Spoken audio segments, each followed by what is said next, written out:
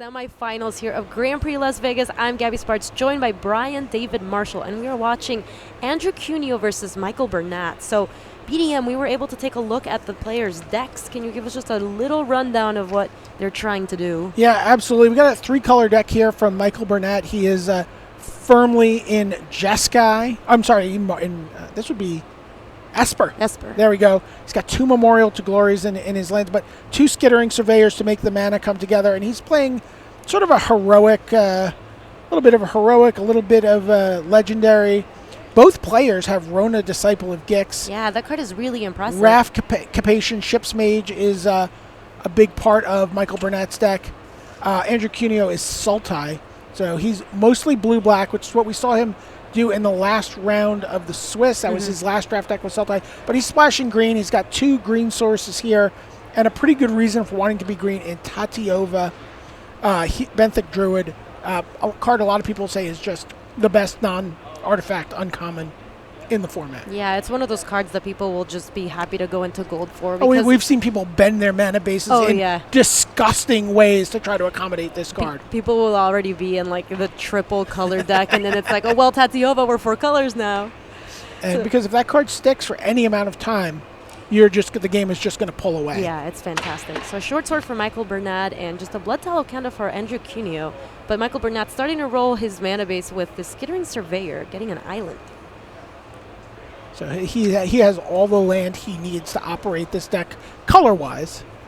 Oh yeah, he gets it rolling. The Skittering Surveyor, very impressive, especially for making these mana bases come together, because Dominaria is definitely one of those formats where people want to splash their mythics and their legendary cards too. Looking at some of the cards that are in his deck, he's got a handful of legends. But he also has a couple cards, not as exciting, something along the lines of an Aether Glider. Not super exciting. Yeah, man. We're seeing a Divination from Andrew Cuneo, so he's definitely drawing all the cards he wants. Yeah, Michael Burnett does not equip that Sword because he's going to spend 4 mana, and Stronghold Confessor is going to come down. That's a really nice turn 4 play. Yeah, 3/3 Menace, 4/4 Menace with the help of the Sword. And Andrew's behind on board development, so that's going to be a real issue for him to deal with unless he has something like an Eviscerate. Just an Academy Drake for Andrew. So he's definitely behind in terms of getting on the board. The Blood Tallow Candle might be able to take care of one of these creatures down the line, but it's still a little far away. Yeah, 2 turns away. Needs to get to 6 mana to use that ability. And so Michael Burnett's going to be able to start whittling away at Andrew's life total, and now he's got a 5-drop. Yeah, it's a Cloud Reader Sphinx, a really nice one, especially at common. It's going to let Michael scry too. What do you first pick out of a pack? Do you take Cloud Reader Sphinx or Sarah Angel? First pick, first pack. I actually think wow, that's actually... It's super tough. Yeah, that's a tough one. I think I like Cloud Reader Sphinx better, not because I think it's better than Sarah Angel, but because I think I like blue quite a bit better than white. Absolutely. In the set. And it's less commitment intensive. Oh, for sure. Yeah, how about you? I really thought it was Sarah Angel up until Tim Ayton told me otherwise. Oh, really? And now I'm fully on Cloud Reader Sphinx because I'll just listen to what he says in Limited. It just, it is close. I really do think it's a close pick, and a lot of it does matter how, obviously the point at which you're in the draft matters, but if it's pack 1, pick 1, yeah, I like blue a lot better.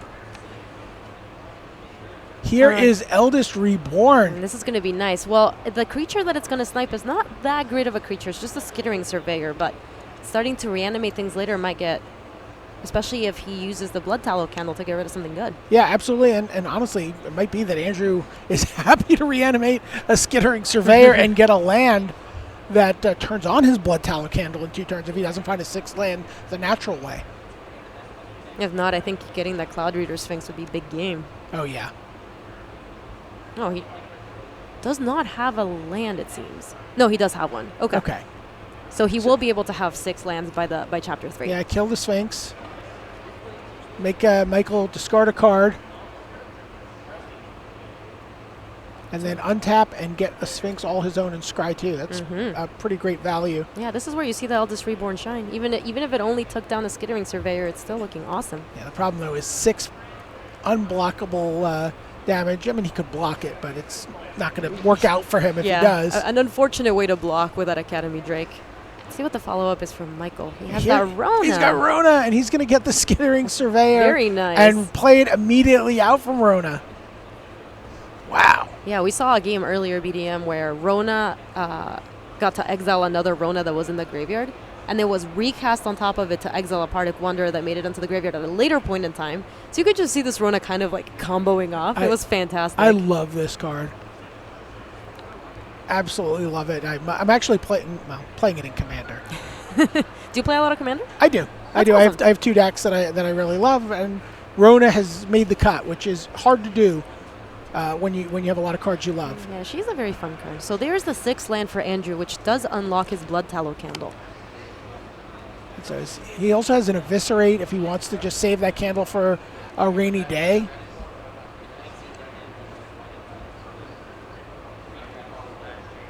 He could also potentially kill Rona. Get Rona back with Eldest Reborn, and then get another Eldest Reborn. But he doesn't really have that kind of time, it looks like, and he is going to kill the Sphinx with Blood Tallow Candle and is set to untap with that card in play next turn. So if Michael Burnett can't do anything about this Eldest Reborn, that Cloud Reader Sphinx is about to be Andrew's. Yeah, Michael Burnett does have a Blessed Light in his deck. Something that would let him disenchant the Eldest Reborn. Yeah, sometimes it feels bad when one of the sagas is in Chapter 2 or after Chapter 1 has happened, or even right before Chapter 3. But some cards are just kind of unbeatable, right? Song of Freyalise is one of those cards that you just have to take care of. Well, here comes Tetsuko Umezawa Fugitive, and that means Skittering Surveyor is unblockable. And Andrew Cuneo is down to 3 here. Yeah, wow. And Tetsuko and Skittering Surveyor are both going to be unblockable next turn. All right, so this is Chapter 3, and Cloud Reader Sphinx comes back from the graveyard towards Andrew Cuneo.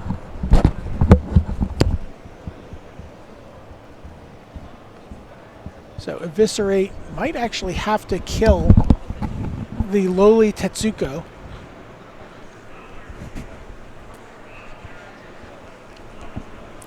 Hello, Brian and Gabby. How are you? Good. We're great. I just want to do a quick public service announcement because people are wondering, okay, we've seen them draft, what happens next?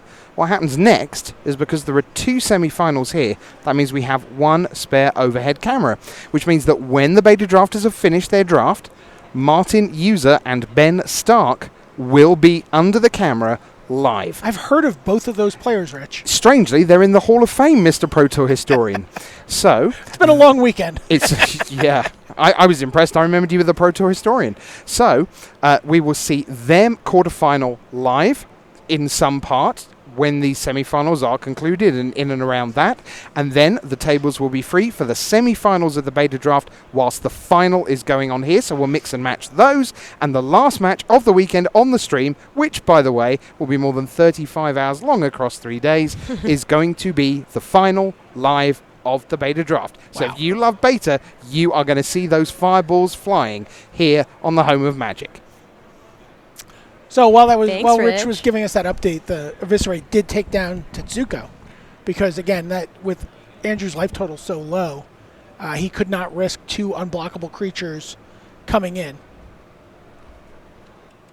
Just did not have the time to deal with that at 3 life. Now he's going to double block the Stronghold Confessor, which has picked up the short sword, and it looks like Befuddle. A Befuddle, wow.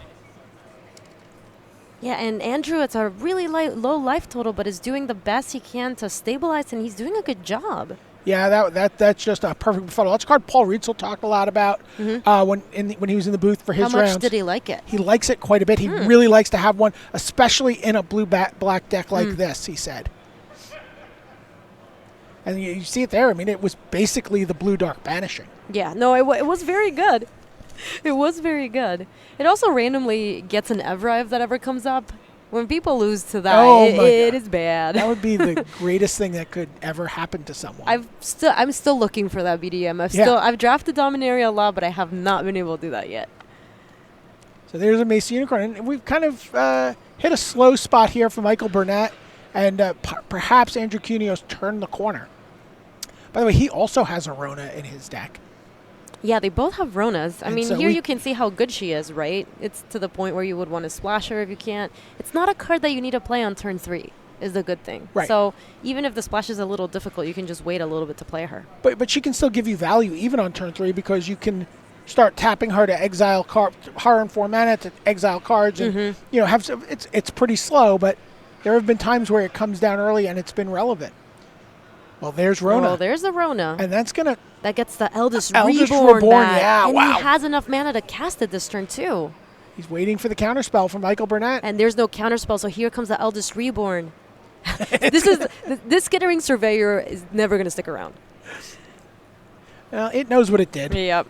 Okay, so Oh, here we he see did the his job. other ability of Rona, and exiles a Windgrace Acolyte. That's a nice exile.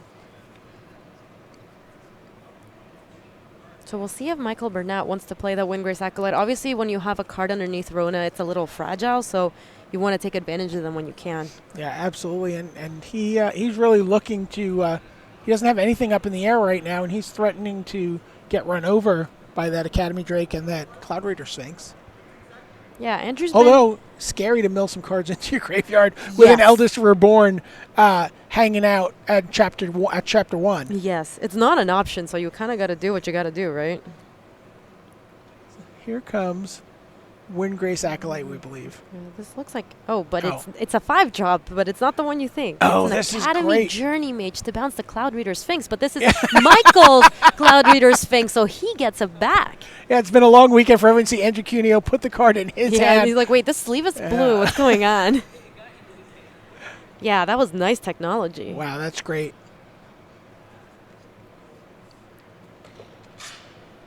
And now the short sword is going to go on the Unicorn. Yeah, that's not too bad. The Unicorn has lifelink. And Andrew Cuneo is forced to block here. So he has to put Rona Yeah, this and is- the Academy Drake in the way. This is really unfortunate for Andrew.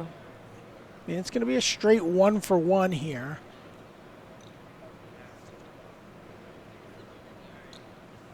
But that short sword doing a lot of work here. And Michael gets to choose which of these two creatures he wants to Yeah, kill. and Looks it- like he's going to put... Well, he really wants to put that Rona in first place here. But also just doesn't want to have to deal with that flyer. So I think it's going to be the flyer first. Yeah, And and then that is what's Rona. going to go away. Yeah. So So- Rona sticks around, and then Michael gains another 3. The Unicorn is dead, but the short sword gets to get equipped on something else, and it's going to go in the Rona. Rona that has a Windgrace Acolyte exiled under it. Oh, yeah, this Rona's ready to battle. So here we see draws a card, discards Caligo Skin Witch is the discard for Michael Burnett. And that's unfortunate for him. Look, Andrew still has a lot of cards in hand, so being able to kick that witch would be beneficial, but he's just trying to close the door. Andrew is at 3. And Andrew needs to find a solid body here. Does he have any creatures? Oh, he's got a Cloud Reader Sphinx. That seems pretty good. So land, Cloud Reader Sphinx. Cloud Reader Sphinx, 4 toughness. That lines up well against both creatures on the board. Even if he moves the short sword over to the Academy Journey Mage, he does Oh. get to trade there. Wow, he has a Tatiova in hand, is that right? He yes, does. but he doesn't have the green land for it. Now, and maybe he'll scry into it. Mm-hmm. Plays a land here. Again, also thinking about Rona. You know, you might want to hold your lands for Tatiova. You know, more mana than you're going to need, but he's going to want to activate Rona at the very least. And he gets to scry too, so that's actually a nice little combo. You know, he can set up what card is going to be on top that he can exile with Rona. Yeah, for sure. I don't know if he has quite the amount of time he'll need to do that. Yeah, though. he's just opting for 5 for that Cloud Reader Sphinx, and he will get to scry. Yeah, Rona does need to block this turn. At least the Cloud Reader Sphinx is going to be a good blocker, because otherwise this Rona was just going to be for nothing. Yeah, I think what Michael Burnett's going to do next turn is untap, play Windgrace Acolyte, move the short sword over to the Academy Journey Mage, and then attack with both creatures. No, he's going to leave the short sword on the Ronin, so they're both lethal, actually. But he's going to lose one creature there, just going to get eaten by the Cloud Reader Sphinx. So this is pretty tough. And then he has to worry about Eldest Reborn. Yeah, so if Andrew's able to get to the Chapter 3 to Eldest Reborn, this game turns around. So Wow. Michael is incentivized to try to close the door in the game now. Yeah, the imprint of bricks are firmly marked on Andrew's back right now. Oh, yeah. And Michael Burnett's just like, all right, how do I push my advantage here, but also not just get blown out? Just suddenly give Andrew a way back in. Here we see. He is going to play. This is from hand, so it's a Cloud Reader Oh, it's the Cloud Sphinx. Reader Sphinx. We forgot, you're right, that he had bounced. He Yeah, it's the one that came back from the other side. He just puts both cards on the bottom. And I think he's just going to pass the turn. Wow. And that's going to give Andrew a chance. Oh, and he gets a Sentinel of the Pearl Trident onto the wait a Rona. minute. This is pretty interesting here because he can, with the Eldest Reborn's trigger on the stack, blink it and basically buy it back again. Yeah. They have an awesome interaction together. Wow, this is going to be great. And this might actually prompt some action from Michael Burnett because he can see how bad this is about to be for him. Wow. Michael Burnett is not happy here. And he's going to let Andrew untap. All right. He's going to draw a card. Draw, and now the Eldest Reborn. Trigger goes on the stack. Yes, and with a trigger on the stack, he's going to cast that Sentinel Blink, the Eldest Reborn. All right, so the trigger's on the stack, and it's going to come back at the end of the turn, but still, he's going to basically buy the entire spell back. He still gets to read all 3 chapters of the saga. This is amazing. Chapter 4 of a saga is the best chapter. Yes. How about, episode 4, 5, and 6? So now the Eldest Reborn comes back into play. And you know what? You got to sacrifice something there, Michael Burnett. He's like, all right, I guess it'll be this Academy Journey Mage.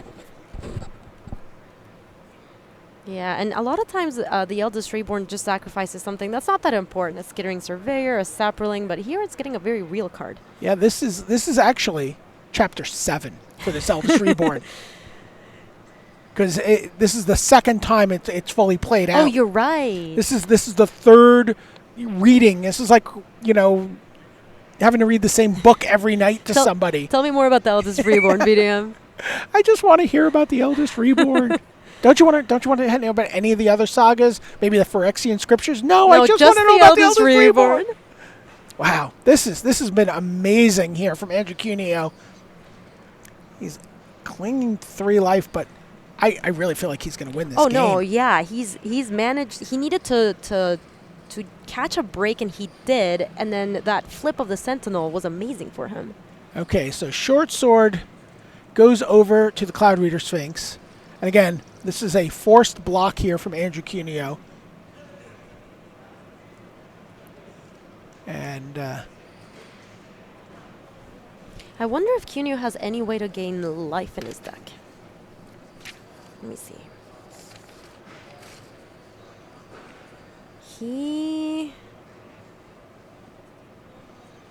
I do not believe he does. So, yes, he does not. Oh, no, he has the Tatiova if he's able to put it in play. yeah, he just needs to find that green mana. So both flyers step in the way of the Cloud Reader Sphinx. And the Cloud Reader Sphinx is up first. And it looks like we're going to see. Oh, wow. This is a pretty complicated play here for Michael Burnett. He's got Vicious Offering. He sacrifices Memorial to Glory, makes 2 tokens, sacrifices one of those tokens, and basically kills both of Andrew Cuneo's flyers. And now Andrew is in danger of losing next turn. And again, Michael can play another flyer next turn with that Windgrace Acolyte. Just been incredibly patient here. Oh, but he has a second Sentinel to blink the Rona and get back the Blood Tallow Candle, and that's a way to get rid of one of those flyers. Wow, this Sentinel was a card that, again, Paul Rietzel was hyping up when we were in the booth. He said this is a card that's just gone from whatever to one of his favorite cards in a deck like this. And you really see Andrew just putting it through its paces. Oh, and I think Cuneo has an Eviscerate in his hand as well. Wow. Not 100% sure about that one. The Blood Tallow Candle from the Rona. 6 mana to activated. Takes care of the Cloud Reader Sphinx. Wow. So now Michael is going to be able to play a flyer next turn out from under the Rona. But again, we see Andrew's got that covered. Mm-hmm. And now a Sentinel can get in and start working on Michael's life total, which is at And 23. he's at a very high life total, but as long as he stabilizes, he'll be fine. The Aldous Reborn with a second chapter doesn't actually make Michael discard anything. He's down to 0 cards in hand. Yeah, but that Cloud Reader Sphinx is going to be coming back over to Andrew's side, I believe. Maybe he'll just take his own, because then you worry about a bounce spell. Yeah, I think in this spot you might take just your What own. we just saw. Yeah, it was actually like pretty brutal for Cuneo that actually happened. All right, so Skittering Surveyor, that's his second. Wow. This has just been really just displaying the power of these blue-black decks from Andrew. Yeah, honestly, all this game has been amazing. This has been game 1. Yeah. Yeah, whoever wins this is still going to have to find another win afterwards, too. And there's the Windgrace Acolyte. Maybe you can even start worrying about decking if you're Michael Burnett here. It's possible. Blood Tallow Candle, Swamp. Ooh, and the Capuchin also. Yeah, That would have been a really nice draw for him. Yeah, he could have really snuck a flyer by Andrew Cuneo, but now Andrew actually could take that RAF. So Andrew's now taking a look and seeing if there's anything he wants from Michael Burnett's graveyard. Otherwise, he also has a Sphinx in his yard. A lot of great choices. Yeah. I think he is going to take his own Sphinx, and again, that's because we saw when he took the Sphinx from Michael Academy Journey Mage him back to his own hand. Scry 2. Man, Andrew really just would love to see an forest here. He would really love to see a forest and be able to get that Tatiova in play. Yes. How many? Let me take a look and see how many. I think he has 1 forest and 1 woodland cemetery in his deck. Forest, woodland cemetery, and I believe no other ways to. Yeah, there's no navigator's compass. There's just no other way to splash it. Wow, Andrew, who does not play a slow game of Magic, he is a pretty brisk player when he plays limited. But he's in the tank here on this Scry. He's gonna keep both of them. I wonder if maybe one of them is the forest. So like deciding whether it's too slow or like an action spell might be better. We also see he can also draw whatever this card is right now, as long as it's not a land with Rona. Yeah, and confirmation, he does have that Eviscerate, so that can take care of the Windgrace Acolyte.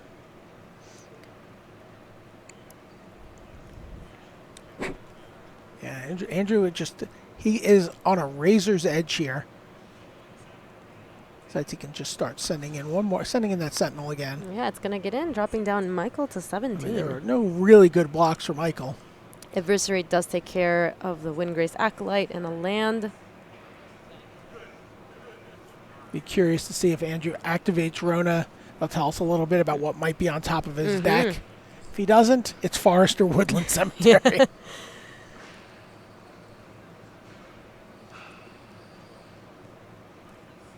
All right. A little glider with a short sword is a 3-power attacker. East Glider comes down.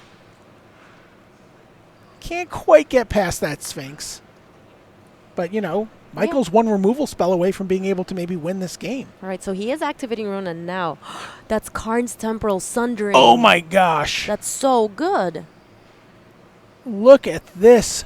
From Andrew Cuneo, he scried a Karn's Temporal Sundering to the top of his deck, and now he's going to be able to cast it from under Rona. So let's see what's the second thing he left on top. Wow.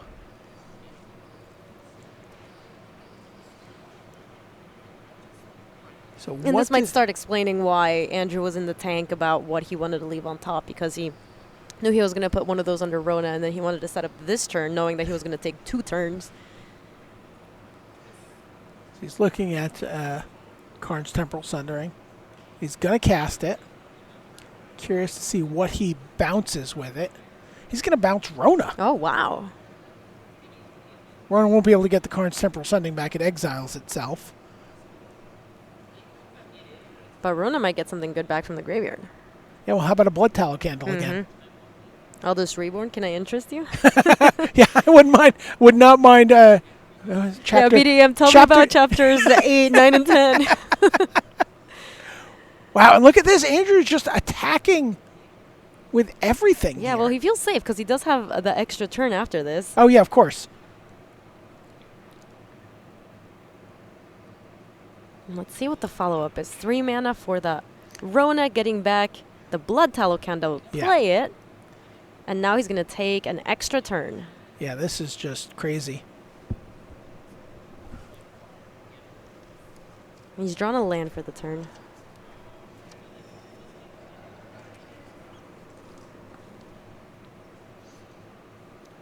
Remember, folks, that we're actually going to see Martin Yuza and Ben Stark's quarterfinal match here. The 2 Hall of Famers playing in the Beta Rochester draft. We watched them draft. We're actually going to get to see them play after these semifinals are complete. That's exciting. So the 2 Sentinels of the Pearl Trident get in. Yeah, he's got Mike down to 11. What's the second card in Cunio's hand? All right, Michael Burnett says, sure, take it. Go down to 5. It's big. Is this a... I think he's just going to just activate. Oh, it's Urgoros. Okay, Urgoros, and then is he going to activate the Blood Tallow Candle? He's got 2 flyers. Doesn't need to. Oh, there's Blessed Light. So he's going to take this. Yeah, and this is what he was forced to do because he's worried about Michael Burnett actually getting to use that Blessed Light. So that will take the Rona down. Wow. Leaving up the Blood Tallow Candle really paid off for him. Yeah, absolutely. He could have gone for the splashier play of Eldest Reborn, but getting a removal spell for free, essentially out of his graveyard, was amazing. Free being 7 mana. Yeah. All right, there's Arvid the Cursed. And that's going to pick up a short sword. And it does have lifelink and death touch, so putting a short sword on it when Michael's already at a really low life total, it looks nice. But Andrew Cunio's board is very impressive. Andrew just says, yeah, he's like, just going to attack with all these flyers here. And I got you, right? On to game 2, and Andrew Cunio takes down the first game here in the semifinals of GP Vegas. BDM, it looked like Cunio was on the back pedal. He was so close to dying. He was at 3 life for so many turns, but he was able to turn that game around. You ever see one of those movies where someone has to go from one room to the next room on the very high floor of a building, and the only way to do it is on the ledge? Oh, yeah, and you're just watching it. You're watching, and the wind is blowing, and the foot is slipping. That's what Andrew Cunio did there. He was at 3. All right, so this is pretty exciting. We'll keep you updated on what's going on here, but I know people at home want to see these beta cards in action, want to see the 2 Hall of Famers playing, and we're going to check in on Martin Yuza versus Ben Stark.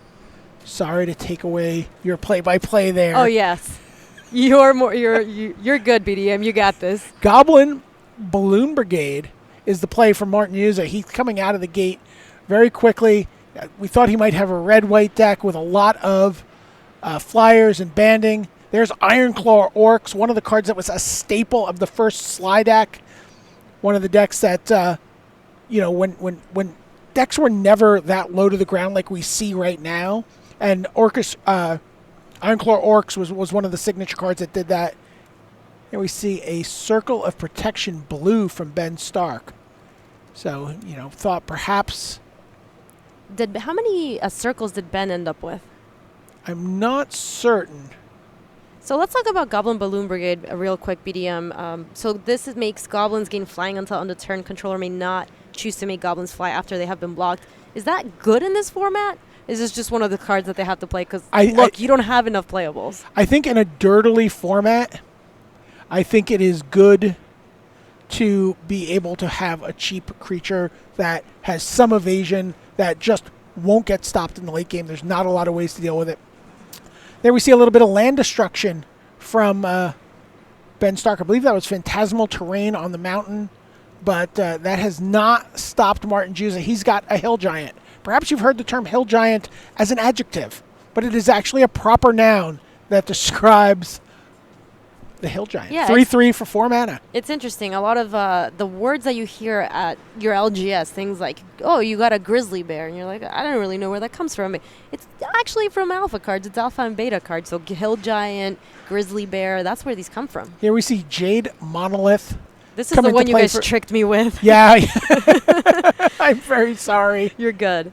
So, Jade Monolith, you may take damage done to any creature on yourself instead, but you must take all of it. Source of damage is unchanged. Yeah, this is some of the original smack talk in Magic. Take all of it. Yeah.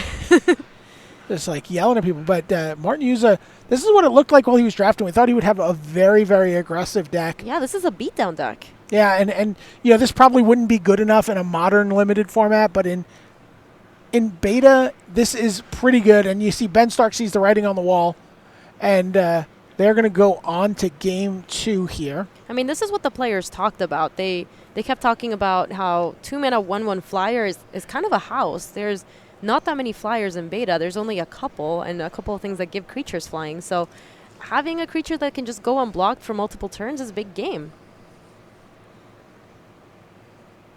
So we're now, there was a little bit of playback there, but we're caught up. This is actually happening live at this moment in the feature match area.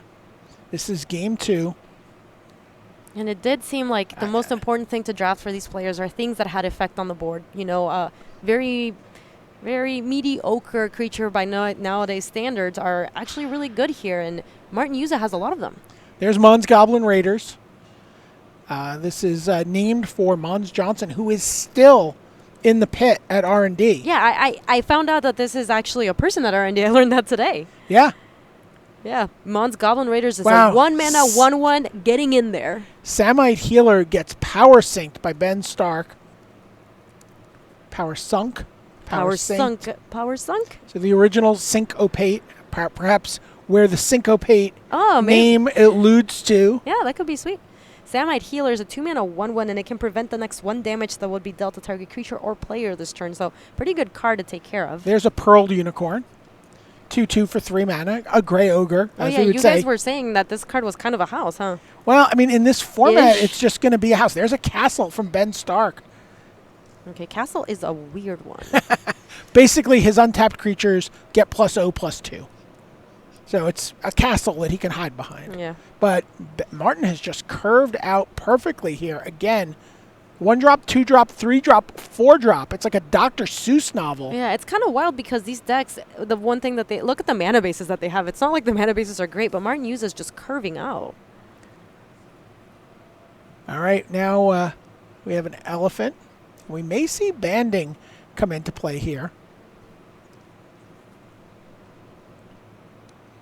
Aaron was explaining banding earlier on the stream, and my experience with banding is that whenever I play Momir Basic, if a creature has banding, I just cannot attack into it. Oh, you definitely cannot attack into it. It's really bad. As long as one creature, I did it one time, and then I learned. Yeah, it's a very imprinting moment on your mind. As long as one creature on defense has banding and you block with everybody, you get to just assign damage however you like. That creature takes 1, and that creature takes 1, and my regenerator takes 5, and regenerated, and well, there's fire breathing on the flyer. Yeah, and when people refer to fire breathing, it is actually this card. So fire breathing on this flyer is actually a big game because, I mean, Martin has 3 mountains, but Ben is only at 8 life. Yeah, he's really put a hurting on Ben early on here, and Ben's got some really good cards in his deck, or in his, actually I should say, in his drafted pile. Yeah. But they may not necessarily be super amazing in his deck. Wow, here we see a clone. Clone to copy the Pegasus. And now the Pegasus, well, as long as it's untapped, is going to get a bonus from the castle. Also, the Pegasus has banding, doesn't it? It does, but he's only going to be able to block with the Pegasus. Here's Phantasmal Terrain again, just quote-unquote destroys the swamp. Sure. Also unlocks Martin's Time Walk if he wants to play it.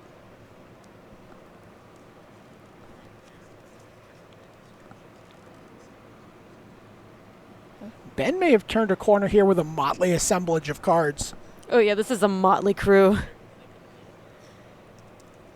I mean, they have to do what they have to do. Remember, a lot of these players took really, Ben ended up with an Underground Sea and a Mox Emerald. So those cards aren't exactly the beatdown plan. So he has to work hard to get all the playables in his deck. I'm trying to remember what that white enchantment is on the elephant there. I can't quite make it out. I was thinking it was that's Holy Armor. Yeah, so it's target creature gets +0/+2. So it's the opposite of fire breathing. Yeah, target creature Holy Armor and Chance gets +0/+1 until end of turn. So yeah, it's the anti-fire breathing.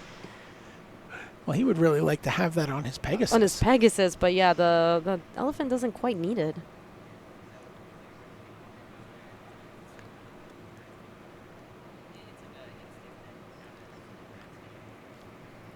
So banding is going to make this is actually going to bog things down pretty badly. Oh here. yeah. And it's not in these decks. You can't just exactly hope to peel your removal spells for the difficult creatures. A lot of them don't even. Some people didn't. Did Martin end up with any good removal spells?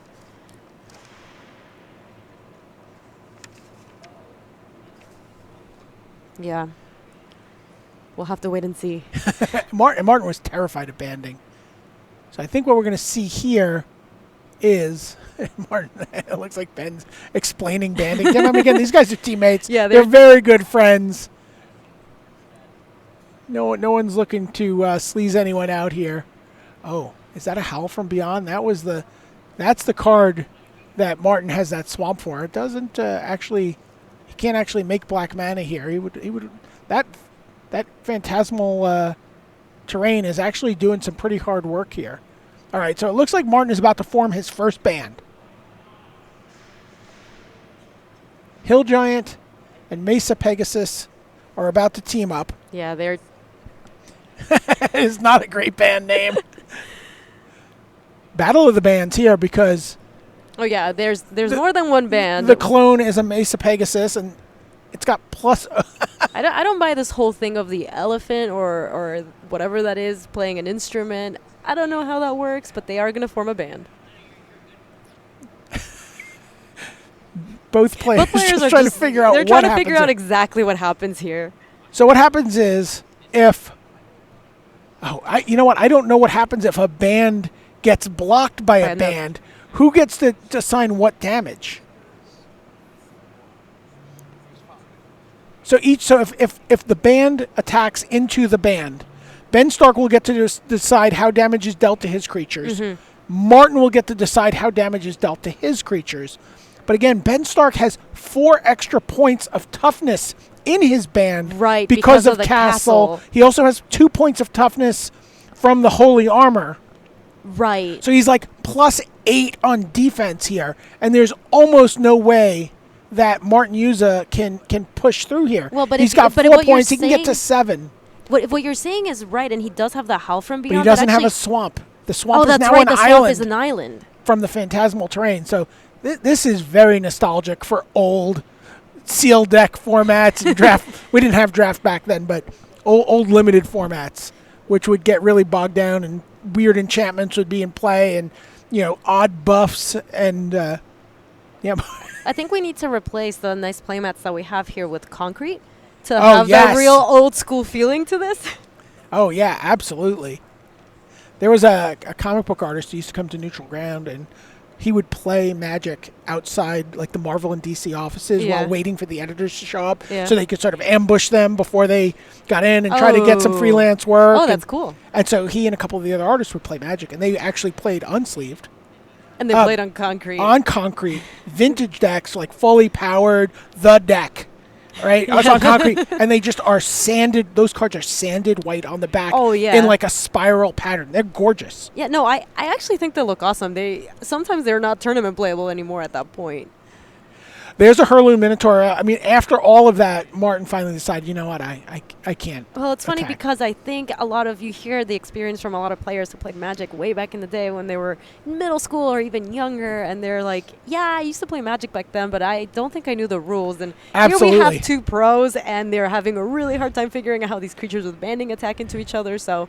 Real nostalgic feelings over here. Castle is doing super hard work. Oh, yeah, here. it's keeping Ben alive.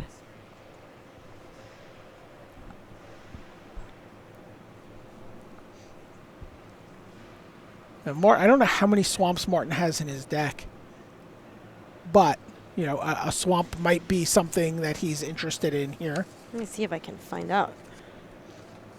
Yeah, we don't have deck lists so much as pick orders. Oh, yeah, I lied. I cannot find out. Get baited, chat. Yeah, it turns out they just didn't have beta checklists.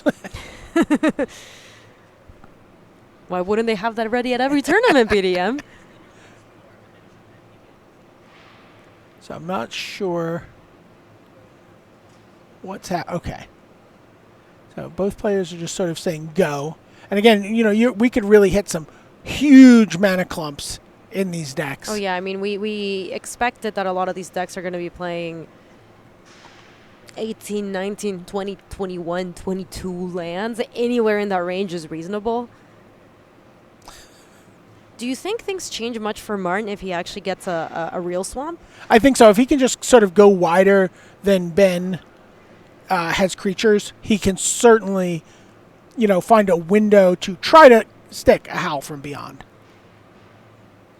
Again, Ben has multiple counter spells in his deck. Mm-hmm. So a Howl from Beyond does definitely require you to tap out. What counter spells did Ben get? He got a Power Sink. I believe he got a regular counter spell. Ooh, nice. Yeah, And he did pick one of those. Yeah, and he might even have multiple. Oh, by the way, yeah.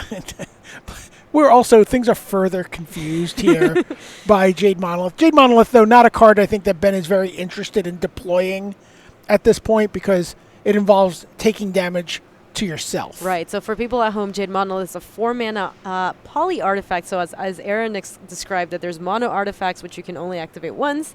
There's poly artifacts which you can activate multiple times. So for 1 mana, the Oracle text for a mono artifact is just artifact. Just artifact, yeah. In case you were wondering.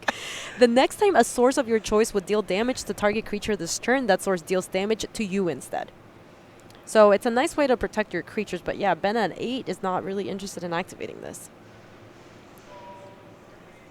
So Ben is just showing Martin why the Jade Monolith is going to be, how it would work. That source deals that damage to you instead. It doesn't seem like it's going to be that amazing. I do know that we have someone down there with just pulling Oracle text on everything. That is something that the players requested going into the draft. Absolutely. They're like, we need to know how these cards work. They're weird interactions. Martin's trying to figure out.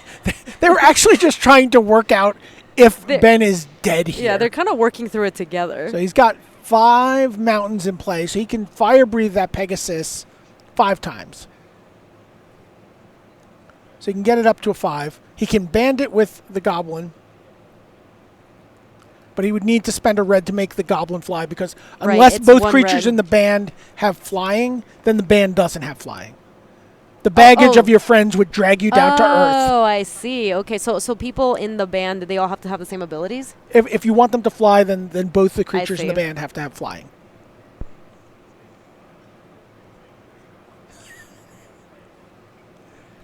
All right, well, Martin's going to go for it here. All right, so we are forming a band. Yep. And it's going to have flying. It's going to pay for the Mons Goblin Raiders. Yeah. I think he's going to ultimately not attack here, honestly. Well, he didn't last time. I think he's a favorite to just not attack. They worked through it for a while. Oh, this time they're coming in, both of them. Okay, and it's flying. So flying band, and the Pegasus has fire breathing. So Ben has to block with the Mesa Pegasus, which is the clone. Mm-hmm. It's Mesa Pegasus is a 1/1, right? Yeah, I believe so. So his is a 1/3. Thanks to Castle. Ben's is, yeah. So it's Mesa Pegasus is 2 mana, 1/1 banding, flying in the text. So it is a 1/3, and so Martin can put 4 points of power into that band, which is currently 2, so he can get it to a 6. And the Mammoth cannot block here because both of those creatures have flying. So the only creature that can block is the Mesa Pegasus. Someone wave wildly at me if I'm wrong here, but I don't believe the elephant can get into the band. He auditioned, and he didn't have flying, and they said no. Your first mistake, BDM, is asking for chat to tell you if they can actually get banded together, because banding is just complicated. I don't think Twitch chat plays banding. Yeah, is gonna I was really asking Rashad here. Rashad, hook us up. We're just trying to figure out the creature without flying cannot block in the band necessarily. If the band that's attacking has both creatures have flying, Rashad just walked away. He just walked away. He just dropped his headphones on the ground and he left. Why did they get rid of banding? It's so cool. Yeah, no, I believe that the only blocker Ben Stark has here is the Mesa Pegasus, which is a 1/3. He has the option of preventing all the damage that would be dealt essentially to his 1/3. Yeah, there you go. So Martin is going to fire breathe 4 times. So it's a 6 power band. He's going to go one at a time here. Yeah, I mean, both players Oh, are actually, I guess he's just going to make sure it's lethal for the Pegasus and force Ben to react with the Jade Monolith. So he can do the Jade Monolith. Instead of dealing the damage to the Pegasus, the damage would come through to Ben. You see the players are looking at their phones, the judges' phones, to get a little bit of clarity here. Man, it really makes you appreciate what a lean, clean game Magic has turned into. And in the end, the band has disbanded. Man, who Yoko Ono'd them? But now, flight on the elephant.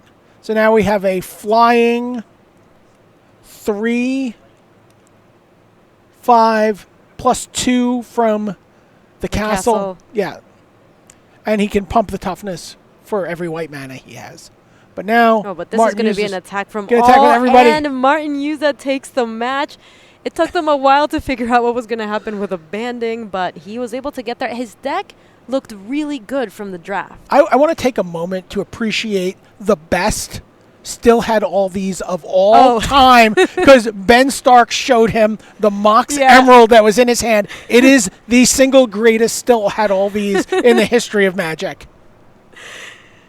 All right, we're going to get back to the GP now, though. So let's switch seats again switching seats here. We're seeing Andrew Cunha versus Michael Burnett, and now they are on Game 3. Let's catch up to what's been going on in this game. We have that Eviscerate seems to have killed a Knight of... I don't know if it killed the Knight. We're not exactly sure. The Knight's is in a deep freeze. Oh, actually, you're right. That's not the graveyard. It's frozen. I think the Eviscerate might have killed an Aether Glider. That's an aggressive Eviscerate, but we don't have the context fully for what's been going on in this game. And I guess life totals updating does change that a little bit. Andrew is at a lower life total than we saw. Yeah, so I think he just said, you know what? I just can't take the damage from this flyer. We might have a special guest coming into the booth with us. It looks like we do. Maybe. So Tatiova in Andrew Cunha's hand, and this time he does have the mana to cast. Oh, there's the Woodland Cemetery. Yeah, last time we saw that Tatiova was kind of just rotting in his hand, even though it didn't actually punish him for game 1. Well, here we see he's flashing in the Sentinel.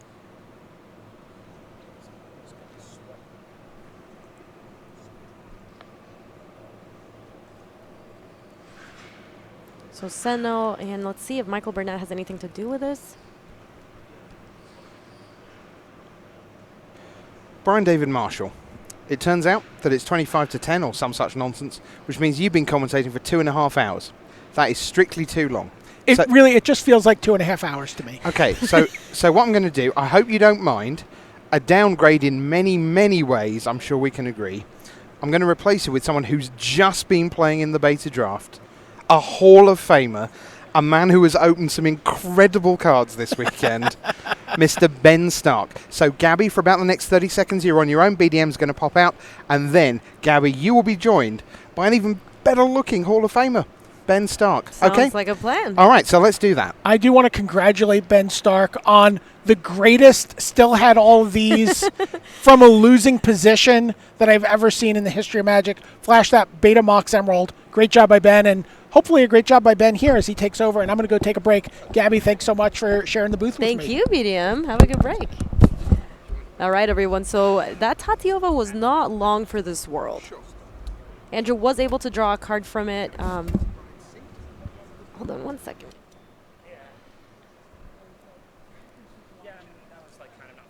All right, and let's see what the follow-up is here. We're going to see an untap from Andrew. And Andrew's a little bit flooded. He has a couple of lands in hand. And we're going to see 3 for Divination. So this is going to get him a couple more looks.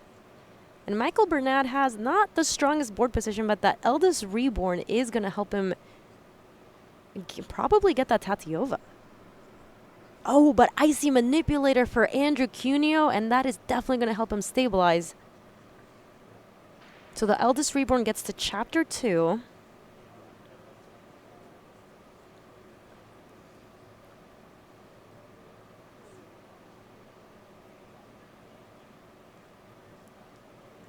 And we're going to see an attack from the Mesa Unicorn and the Skittering Surveyor.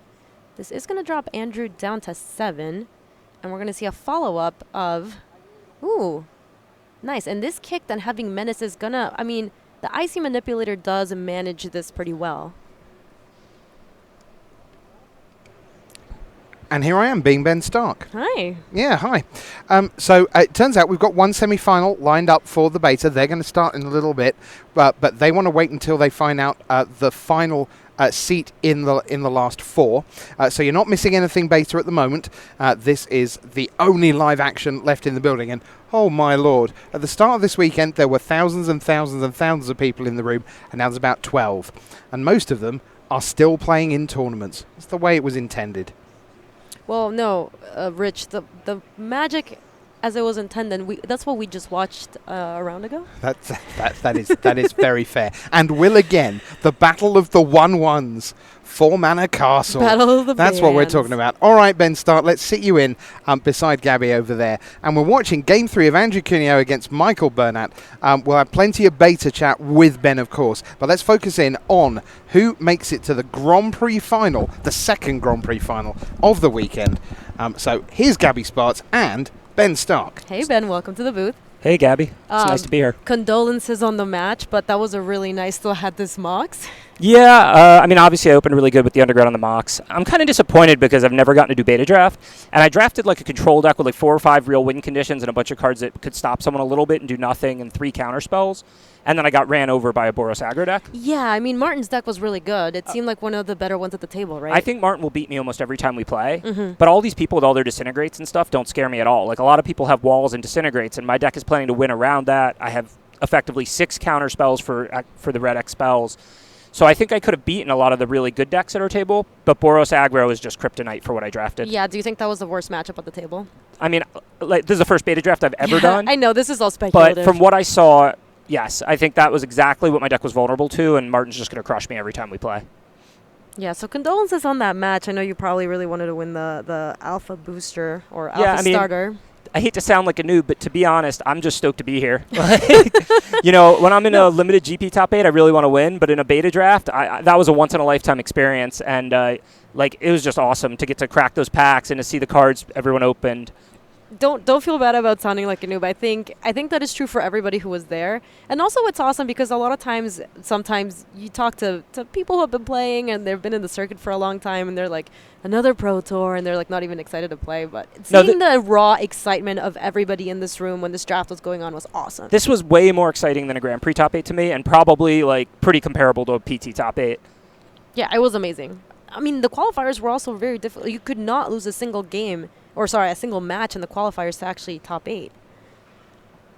So, Ben, to catch you up on what's been going on in the semifinals, we have Andrew Cuneo versus Michael Burnett. And we saw Andrew basically stabilize at 3 in a really long and grindy game. Let me see if I can get you some deck lists. Yeah, I can see this doesn't look good for Andrew. I think he's just conceded. Michael's just got a ton of permanents out, and Yeah, and he is actually conceded. So Michael Burnett is going to move on to the finals here at Grand Prix Las Vegas. They had a really, really sick game one, and both of their decks look pretty good. They were both playing 3 colors, splashing a couple things. Andrew's deck didn't have that good waste of splash. Michael Burnett did have a couple skittering surveyors to get there, but it looks like Michael Burnett is moving on to the finals over here. Well, I like splashing in this format. I didn't catch the draft or anything because I was doing the beta draft. Right, of course. But from what I saw, they both had good cards in play, and if you have a skittering surveyor, splashing is easy in this format. All right, so we're moving on to the other semifinals, and this is Austin Mori versus Mark Jacobson. Let me see. Can you pass me those deck lists right there? Yeah, that would be great. Maybe I can get you some Kinda deck see lists what's for going this. on. Yeah. I've got Mark Jacobson right here. Okay. Looks like he's playing red-white. Oh, here's Austin for you. Okay. So Mark's got a red-white aggro deck, it looks like. Just a good curve. He's got removal, 2 fiery interventions. He's just Shivan Fire, or he's playing like Run Amok. He's got a Haphazard Bombardment. That's a card I like a lot. Icy Manipulator. This deck looks pretty strong. Yeah, people wanted Icy Manipulator in this draft. People wanted it in the beta draft. I think we opened one. Yeah, there was one. I don't know who ended up with it. Definitely wasn't me. So just a Gitu Chronicler for Austin. And Mark Jacobson is at 1 life and facing a lot of lethal attackers and an Icy Manipulator on the other side. Yeah, it was stolen by Bolus's Clutches, which is one of my favorite cards in this set. There's a lot of really individually powerful cards, and the only thing better than having your own is stealing your opponent's. The players, it's important to know, the players are playing for the match here. So Mark is going to need something very good here to stick around. It looks like the Icy Manipulator is one of the things that ended up with a counter from Haphazard Bombardment, but it's the only one around, so it's the one that survived. Yeah, pretty unlucky. Yeah. 75% chance it was going to die, and it survived. All right, so let's see if Mark has anything that can bring him back in this game. Well, he's not facing that much, but he is at 1. So if you count the Icy as a creature, yeah, Mark's going to need a Sergeant at Arms, even a Call to Cavalry. He's facing 5 things. He's only got 2, and he's at 1. So Mark is probably dead.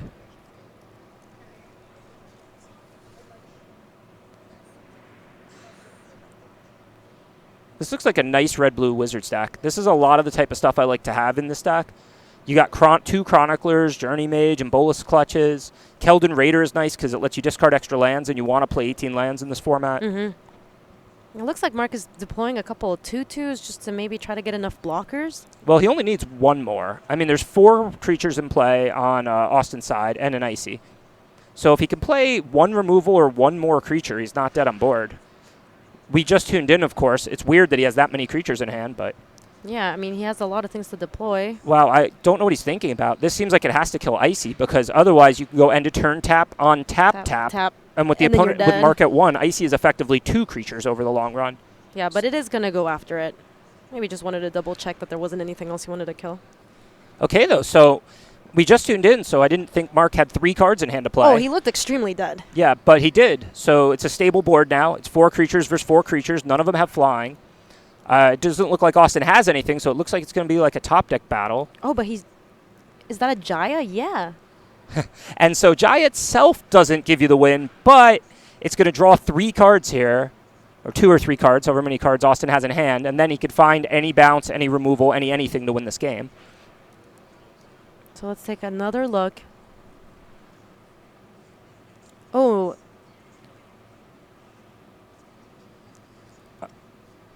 I'm not sure what happened here. Yeah, neither am I. But the players seem to agree. Oh, he played the Get You Journey Mage, which does 2. He has another wizard in play. Yes. Okay, he just slapped that Journey Mage into play. It was a little too fast for us. But yeah, that means that Austin is going to be moving into the finals here at Grand Prix Las Vegas. Condolences to Mark Jacobson. But yes, we are going to have a finals coming up soon. I'm not surprised looking at his deck list. His blue-red deck looks great. How do you like the blue-red Wizards deck in this format? I love it. I think it's the second best deck behind Black-Green Thalids. Especially if you don't draft it overly aggressively. If you draft a lot of the value Wizards. Like, I don't mind playing a Journey Major, but I really want my deck to be about Blink and Chronicler. Okay. And Austin... What do you mean by not drafting it aggressively? So, even though the blue-red Wizards deck will attack, and it will win through that, incidental damage it does turn by turn, what really makes that deck good is card advantage, recursion. For example, Austin has Get 2 Chroniclers full of Blink of an Eyes. He's got 3 Chroniclers and 2 Blink of an Eyes. That basically is infinite cards. If you play Chronicler, you can get back your Blink. Then you can play Blink with Kicker on your Chronicler. Get it back. And yeah, that's a lot of mana, but a lot of games stalemate. So if you're in an even position, you just won the game because you're drawing 2 cards a turn. And these cards are both good on their own. Blink of an Eye is a great trick. It's cheap. It's flexible. You can, if you have more mana later, you get a card out of it. If you're tight on mana, you use it as a 2-mana bounce spell. Get 2 Chroniclers, great. It buys back a removal, or in the early game, it's a 1/3 body if you're on the draw and you need a blocker. So those are the kind of cards I really want to have in my Blue-Red Wizards deck. Well, we have more Magic coming your way, but first, we have these messages.